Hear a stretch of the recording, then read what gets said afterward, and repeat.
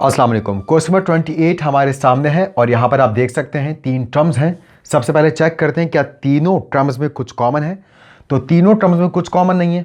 क्या first term और third term perfect square है? बिल्कुल ये परफेक्ट स्क्वायर है, क्योंकि r की पावर a1 है, इसका स्क्वायर रूट r क्यूब होगा, 16 का स्क्वायर रूट 4 होगा। मगर जब आप यहाँ पर a square minus 2ab plus B square का फॉर्मूला अप्लाई करेंगे तो मिडिल टर्म बैलेंस नहीं आ पाएगी, क्योंकि यहाँ 16 का स्क्वायर रूट 4 है और 2 4 से मल्टीप्लाई होकर 8 बनेगा, जबकि यहाँ पे 10 लिखा है। तो यही वजह है कि यहाँ पर हम फॉर्मूला अप्लाई नहीं कर सकते। तो यही वजह है हम यहाँ मिडिल टर्म ब्रेक मेथड से इसको फैक्टराइज करेंगे। आप जानते हैं मिडिल टर्म ब्रेक मेथड में फर्स्ट टर्म का कोएफिशिएंट लास्ट टर्म में मौजूद नंबर से मल्टीप्लाई होता है। 1 × 16 बनता है 16। तो हमें दो ऐसे नंबर चाहिए जो मल्टीप्लाई हो तो 16 आए, लेकिन according to the sign of the last term जब वो दोनों नंबर्स प्लस हों तो 10 आए। तो आप 16 को डिवाइड करवाना शुरू कर दीजिए। सबसे पहले 16 को डिवाइड करवाते हैं 1 से। 16 डिवाइड बाय 1 16 होता है। 16 में 1 को प्लस करके देखते हैं, ये 17 होता है, जबकि हमें 10 चाहिए। काम नहीं बना, आगे बढ़ें। 16 को डिवाइड करवा दें 2 से। 16 डिवाइड बाय 2 8 होता है। 8 को अगर आप 2 से प्लस करके देखें तो ये 10 होता है, जो हमें चाहिए था।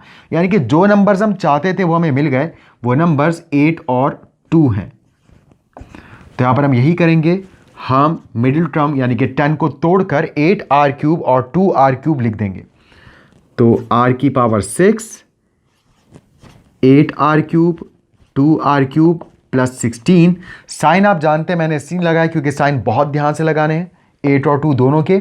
जब कभी भी फैक्टर्स ऐड होते हैं तो उनके साथ सेम साइन आता है और वही साइन आता है जो मिडिल टर्म में होता है। तो मिडिल टर्म में माइनस साइन है, तो 8 और 2 दोनों के साथ माइनस साइन आ जाएगा। अब आप देख सकते हैं 4 टर्म्स हैं और जब भी हमारे पास 4 टर्म्स हों तो हम 2-2 टर्म्स करके कॉमन लेते हैं। तो पहली 2 टर्म्स में आप देख सकते हैं r³ कॉमन है। r की पावर 6 में से r की पावर 3 बाहर, तो r की पावर 3 अंदर, माइनस प्लस माइनस ही होता है। r³ बाहर है, हमारे पास 8 रह गया।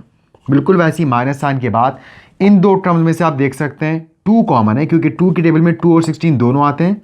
2r³ में से 2 बाहर है, यहाँ r³ रह गया। प्लस माइनस माइनस होता है, क्योंकि आप हमेशा साइन ब्रैकेट पे लिखने से पहले जो कॉमन लिया उसकी साइन से मल्टीप्लाई करवा के लिखते हैं। और 2 8 + 16 होता है।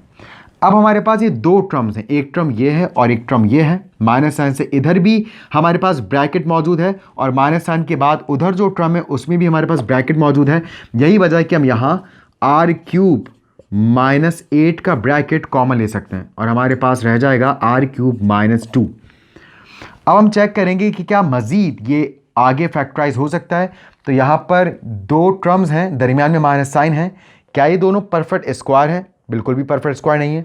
लेकिन क्या ये 2 टर्म्स परफेक्ट क्यूब हैं? तो बिल्कुल ये परफेक्ट क्यूब हैं, क्योंकि r की पावर 3 की टेबल में आ रही है और 8 का क्यूब रूट 2 होता है। तो इन दोनों ही टर्म्स को हम होल क्यूब में लिख सकते हैं और फिर a³ - b³ का फॉर्मूला अप्लाई कर सकते हैं।